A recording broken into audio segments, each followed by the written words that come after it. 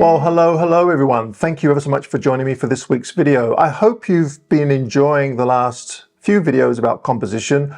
I certainly enjoy talking about composition over, say, the technical aspects or gear. So hopefully you guys are getting a few tips out of these videos that will help you in your own photography. Now, when I'm out photographing, one of the things I'm always thinking about is how a picture feels. Does your eye wander through it? Or does it just stop in one spot and lose interest? Now that movement, the way your eye travels around the frame, is what I mean by flow. And it can make a big difference in how connected a photograph feels. So today I want to share a few simple ways to build that sense of movement into your own photos. Nothing fancy or technical, just a few things you can pay attention to when you're out in the field. So let's get stuck in.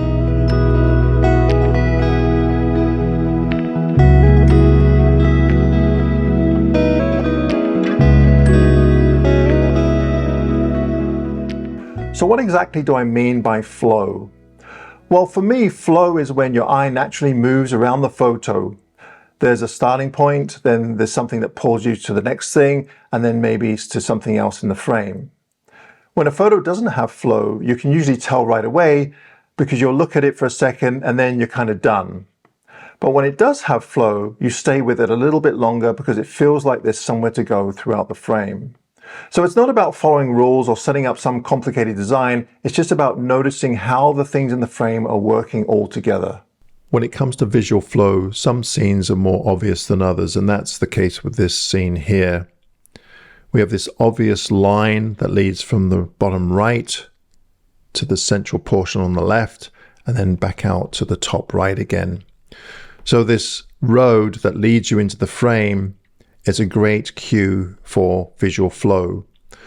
But what's really important in this photograph is that you need places to stop, and that's where the flow comes in. So not only do you have this scene punctuated by that little farmhouse in the central portion there, but you also have a person in there with a couple of dogs. So these are points of interest that you can look at that will keep you within the frame. If it was just a picture of a road leading up into the mountains, then your eye might be pulled right out of the frame. So having those little interesting points is a great addition to any composition. Now, one of the easiest ways to achieve flow is through diagonals. Now, I don't necessarily mean big obvious lines cutting through the frame. Diagonals can be really soft and understated. It might just be the way the land slopes, or the lean of a tree, or how a few shapes seem to angle through the picture. They don't even have to be a single line. Sometimes it's just the way tones and textures line up that create the direction for the eye to follow. So I'm always on the lookout for those small cues when I'm composing. They're not meant to jump out at you, they're just there in the background, gently pulling the viewer's eye along throughout the frame. So these first few examples were an obvious choice for me because they are some older images of mine, but they're also some of my favorites. And they encompass some of the things that I've talked about in my other videos about aspect ratios and also balance as well. So this first image here is Zion National Park in the Narrows. It was a rather cloudy day, so there wasn't much reflected light, so I had to more or less rely on composition. And I found this lovely grouping of rocks that made for an awesome foreground, but also they were the basis for some nice flow into the image. And you'll notice that as a grouping of rocks, they really help draw you into the photograph. They're almost like stepping stones. Not only that, but the rock on the far bottom left is kind of the start of a somewhat imaginary diagonal. It diagonally takes you up to the right side of the image. Something else to keep in mind, so as far as aspect ratios go, I really enjoy photographing verticals in 4x5, which is what this is. This is a 4x5 transparency. And in terms of balance, there's some wonderful balance in there with the trees up in the top there. They lean slightly over to the right side. And the rock on the right balances out those trees lovely. So we have balance, we have aspect ratio, and we also have flow, and they all contribute to what I consider the success of this photograph. In many ways, this next photograph is very similar to the first photograph in that we have this strong foreground, we have great balance, and we also have the same aspect ratio. This is a 4:5 transparency. What makes this image successful for me is that, first of all, it's 4:5. It works really well with this subject matter as a vertical. Secondly, we have great balance. The roots in the foreground balance lovely with the tree in the background. And you'll notice that the main subject is slightly off center and to the right. And that was all done on purpose so that I was able to balance it out with that conifer in the background. And then, of course, we have the flow. Well, the flow is very obvious in this. Basically, we have these really strong roots in the foreground leading you in to the background. So it's just pulling you in.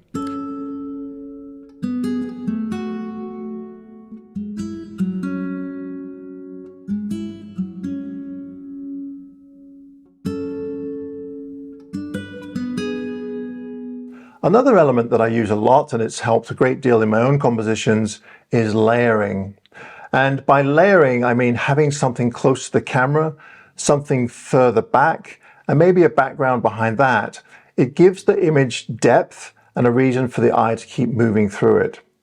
This is especially helpful in busy places like forests. If you can separate things into layers, it makes the scene feel more structured and less cluttered. It's a bit like walking down a trail. You're moving from one area into the next. That's the same feeling you want in your photo. This photograph is a great example of showing off contrast and layering.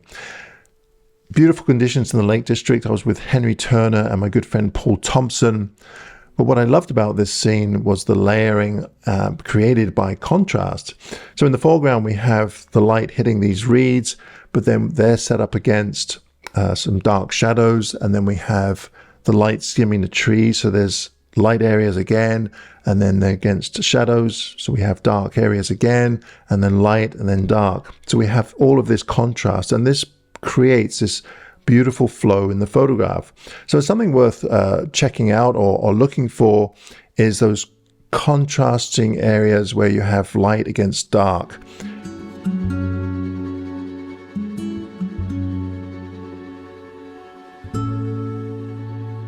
Light is another great way to lead the eye, and this is something that I've talked about many times throughout a lot of my videos, because we naturally look towards the brightest part of an image first.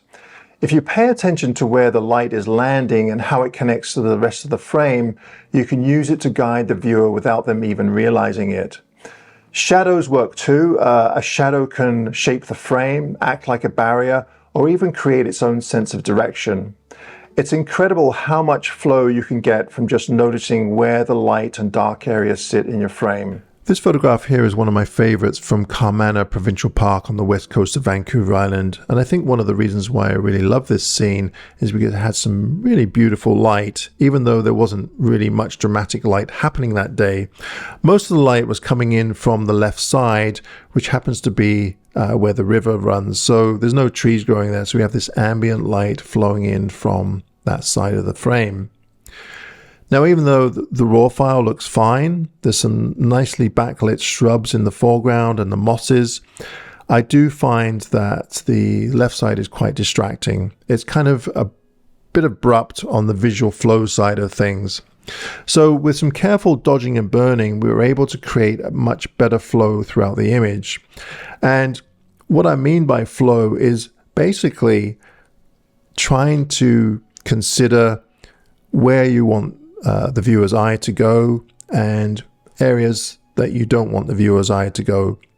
So if you look at the final image here, you can see that I've darkened the left side considerably, but I've also brightened up those areas where I really want people to look. So that's creating some visual flow. You can also achieve flow through repetition. When there are repeated shapes or patterns, like a series of tree trunks or a set of rocks with a similar shape, the viewer's eye tends to follow that rhythm. So it's not about making things match perfectly, it's just about finding some consistency that makes the picture feel connected. This is something that I use a lot in complex scenes, and once you spot the pattern, the rest of the composition often falls into place. So it's well worth observing your surroundings and how those elements relate to one another. I think this photograph is a good example of creating visual flow with repetition. You'll notice that that main branch in the foreground is the main subject, but we also have the branches of the other tree behind that somewhat mimic the same angle. What I really love about this is the kink in the branch at the top there. It mimics the branch below that also has a kink in it. So one of the things that I tried to do in this scene was keep all of those branches somewhat parallel to one another and at the same angle. The only one that's kind of jarring is that branch leading out to the left side. Now, as a raw file, it didn't quite work because the light was very flat, and basically we had the same contrast throughout the whole scene. So what I decided to do in post-processing was keep the contrast in the foreground, but really reduce the contrast in the background and lighten the whole scene to hopefully create some kind of depth. The opposite to flow is when the image feels kind of stuck. And you'll know it when you see it. Your eye lands on something, but there's nowhere else to go. That can happen when there's too much clutter or when part of the picture is so strong that it just kind of dominates everything else. Now, if I notice that happening, I'll try moving my position or perhaps reframing or simplifying. Basically anything to open up a bit more space and give the viewer somewhere to go. I think this photograph is a good example of where I've tried to use post-processing to create better flow throughout the photograph. So in the raw file here, we have this beautiful scene of Englishman River Falls, which is not far from where I live. I love the composition, but you'll notice that it's quite bright on the left side where the water's flowing into the frame. Also, the fan waterfall in the central portion there gets somewhat lost. So in this final image here, what I've tried to do is darken that area on the outside of the frame so that it's not so jarring, but also to create more visual flow in the central portion of the photograph. So I've brightened up that central area. I've certainly brightened up the water so that it flows through the image and around back into the waterfall in the background. But I've also brightened up that waterfall that was quite dark in the central portion as well, because that's one of the most interesting parts of this whole scene. So you can use dodging and burning to gently manipulate a photograph so that the visual flow is much easier on the eye, and you can direct people to where you want them to look.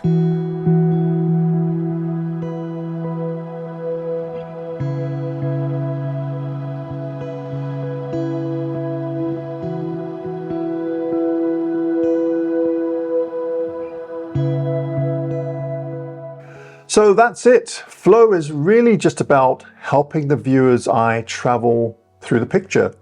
There's no single trick for it. It's a combination of things: subtle diagonals, layers, the way light and shadow fall, and basically any repetition or rhythm that you can find.